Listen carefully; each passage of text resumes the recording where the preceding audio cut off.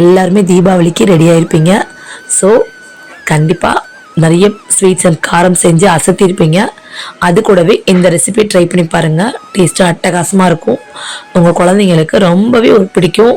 ஒரு chips feel வரும். நம்ம இன்னைக்கு காரம் அண்டு ஸ்வீட் பிஸ்கட் தான் ரெடி பண்ணியிருக்கோம் கோதுமை மாவு வச்சு. அந்த ரெசிபி எப்படி பண்ணுறது பார்த்துடலாம். ஸ்வீட் பண்ணுறதுக்கு 1 கப் கோதுமை மாவுக்கு 3/4 கப் சர்க்கரை பொடிச்சு சேர்த்துக்கலாம். அப்போ தான் வந்து நல்ல கன்சிஸ்டன்சி கரெக்டாக இருக்கும். கூடவே கொஞ்சோண்டு பெருங்காயத்தூள், வாசமாக இருக்கிறதுக்காக பட்டரை உருக்கி சேர்த்துக்கலாம். அது கூட உப்பு போட்டு தண்ணி தெளித்து சப்பாத்தி மாவை விட கொஞ்சம் இலக்கமாக பிணைஞ்சு ஒரு 2 நிமிஷம் அதை விட்டுருங்க. இந்த மாவு ஊறினதுக்கப்புறம் இது இந்த மாதிரி சப்பாத்தி கல்லில் தேய்ச்சிட்டு உங்களுக்கு என்ன ஷேப் வேணுமோ அந்த ஷேப்பில் நீங்கள் கட் பண்ணிக்கலாம். நான் இன்றைக்கி டைமண்ட் ஷேப்பில் தான் இது கட் பண்ணியிருக்கேன். கட் பண்ண உடனே எண்ணெயில் போட்டுறக்கூடாது. ஒரு பிளேட்டில் மாற்றி ஒரு 2லேருந்து ஒரு 3 நிமிஷம் அதை ட்ரை பண்ண விட்டுறணும். ஸோ ட்ரை ஆனதுக்கப்புறம் எண்ணெய் காஞ்சோன்னே 2 போடணும். அப்படி நீங்கள் தட்டோட கொட்டினீங்கன்னா மொத்தமாக பிடிச்சிக்கிறோம், செட்டே ஆகாது.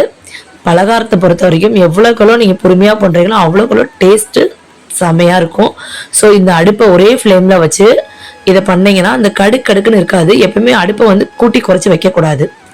இப்போ காரத்துக்கு பார்த்தீங்கன்னா 1 கப் கோதுமை மாவில் கொஞ்சமாக உப்பு, பெருங்காயத்தூள், தனி மிளகாத்தூள், சீரகம் சேர்த்து தண்ணி விட்டு சப்பாத்தி மாவோட இலக்கமாக கொஞ்சம் பிணைஞ்சிக்கலாம். கொஞ்சமாக இதுக்கும் பட்டர் ஊற்றிருக்கேன்.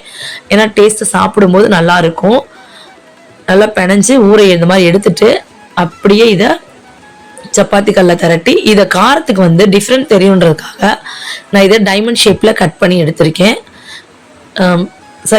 ஸ்வீட் டைமண்ட் ஷேப்பில் கட் பண்ணி எடுத்திருக்கேன். காரம் வந்து ட்ரையாங்கிள் ஷேப்பில் கட் பண்ணியிருக்கேன். நாச்சோஸ் மாதிரி இருக்கும் இல்லையா? ஸோ பசங்க பார்த்தோன்னே டெம்ப்ட் ஆயிடுவாங்க. இதையும் இந்த மாதிரி ஒன்றா தான் போடணும். மொத்தமாக போட்டிங்கன்னா அப்படி பிடிச்சிக்கிறோம், செட் ஆகாது. அதே மாதிரி அடுப்பும் ஒரே ஃப்ளேவரில் வச்சு தான் நீங்கள் யூஸ் பண்ணணும். ஹைலே ஸ்லோலே மாற்றி வச்சிங்கன்னா டேஸ்ட் வந்து கண்டிப்பாக மாறிடும். அது கடுக்குன்னு போயிடும். ஸோ ஒரே ஃப்ளேமில் வச்சு இந்த மாதிரி எடுத்தீங்கன்னா சாப்பிட்றதுக்கு உண்மையிலே அவ்வளோ டேஸ்ட்டாக இருக்கும்.